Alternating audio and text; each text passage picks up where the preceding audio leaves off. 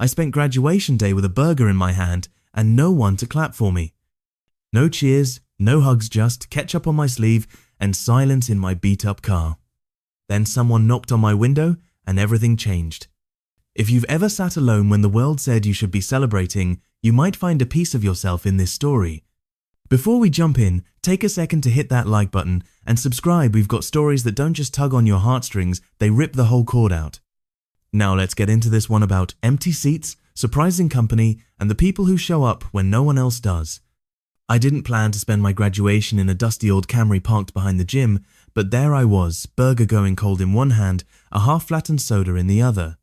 Inside, you could hear the Buzz families cheering, phones snapping photos, parents crying tears of pride. And me? I sat alone, watching it all through a fogged-up windshield, a crumpled graduation gown tossed in the passenger seat like it owed me money.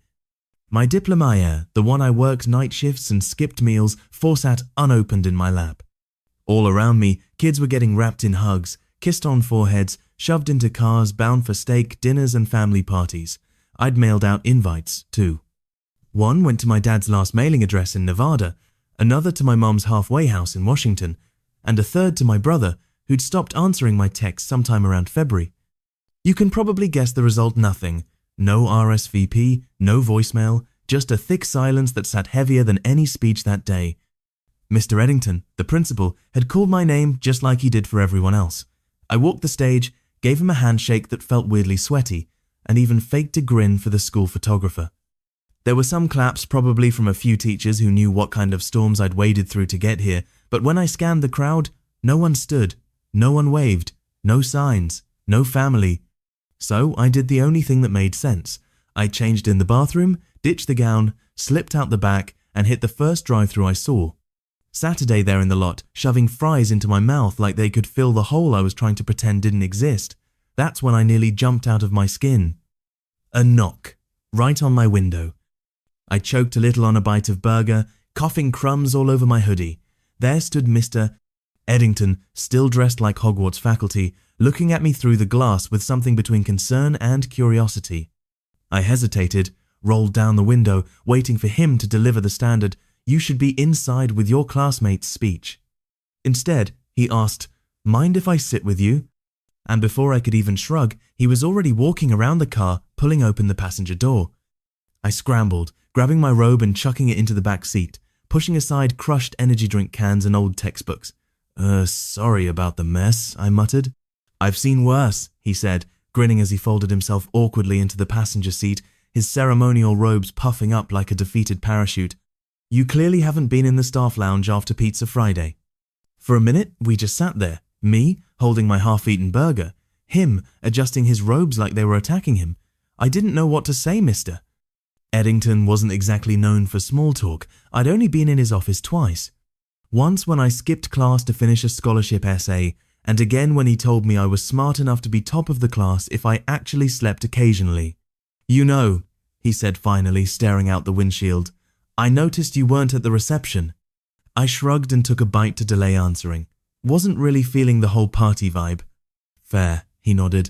"I spent my own grad night hiding in the janitor's closet." I blinked. That didn't fit the perfectly pressed, forever composed principal I'd seen walking the halls like he was born in a blazer. "Why?"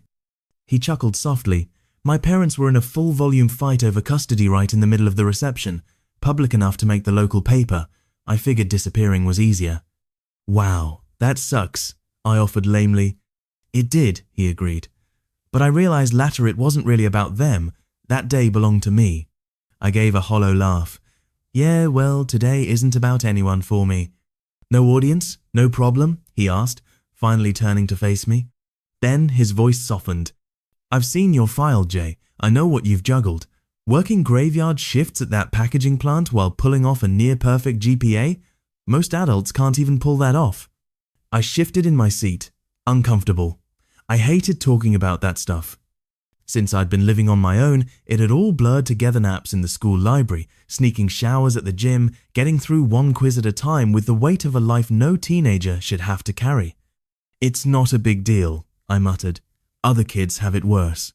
"Sure," he said, "but that doesn't make what you pulled off any less incredible." He paused, then added, "When I saw your name on the grad list, I made a point of watching for you today." "Why?" I asked, genuinely caught off guard. "I'm not a troublemaker, never really stood out."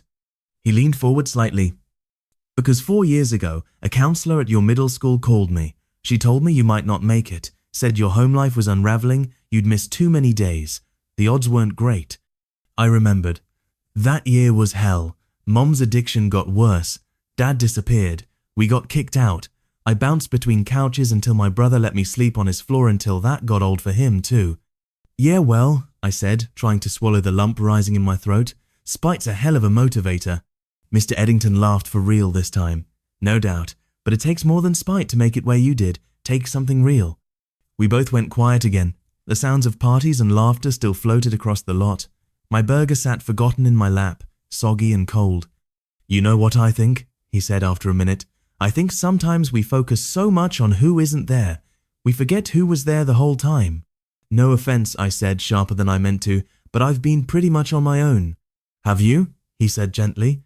"Miss Para stayed late every Wednesday to walk you through advanced trig. Coach Hill let you use the locker room showers when your water got cut. The lunch ladies always slipped you second helpings. And didn't someone let you crash in the staff lounge that week you didn't have a place to stay?" My face flushed. I didn't know he knew. Miss Greenheath English teacher had given me the spare key, made me swear to be gone before 6 a.m. "You weren't alone, Jay. Not really. Maybe you didn't have the usual crowd, but you had people. You just didn't see them that way." I stared at my hands. I'd been so caught up in who wasn't there, I never stopped to see who actually was. Some people pass you in life without seeing a thing. Others, like Principal Eddington, notice the moments you didn't even think were visible. "I've got something for you," he said suddenly, reaching into the folds of his robe like he had a secret he'd been dying to share. From inside, he pulled out an envelope and handed it over. "This was meant to be part of the reception, but..." He trailed off and nodded at the car. "Figured you should have it now." I took it, cautious but curious. Inside was a card stuffed to the margins with scribbled messages from what looked like the entire staff teachers, janitors, the librarian, even the cafeteria manager. "We're so proud of you, Jay. Keep going. You've got this. You're going to do incredible things." And then I saw it. A check, paperclip to the inside. "We heard about the partial scholarship you got," Principal Eddington explained. "Some of the teachers. Well, we put something together. Should be enough to cover your first semester's books at Ridgeway College." "It's not much," he began to say, but I shook my head. "It's everything," I blurted before I could stop myself. My voice cracked, betraying me. I swallowed and tried again, quieter. "I don't even know what to say." "You don't need to say anything," he said. "Just make it count." I nodded, eyes burning, suddenly too full for words. He glanced at his watch. "Reception's nearly done. I should get back before they start missing me." He opened the door but didn't step out right away. Instead, he turned back, resting one hand on the frame of the car. "You know, Jay," he said slowly, "people are shaped by those who show up, not just by those who don't." He gave me a look that landed somewhere between a challenge and an invitation. "And sometimes," he added, "you have to let people show up." Then he stepped out, readjusting his robe as the wind caught it. But just before shutting the door, he leaned in one more time. "We're all heading over to Manny's Grill in an hour. Nothing formal, just some drinks and food post-grad tradition. You'd be welcome if you felt like it." And then he walked away, back toward the gym and the crowd and the noise, leaving me with a soggy fast food bag and a card that suddenly weighed more than any trophy. I sat there a while, replaying his words, letting them sink into the quiet. I'd spent so long obsessing over what I didn't eat over who didn't show up that I hadn't seen what was right in front of me.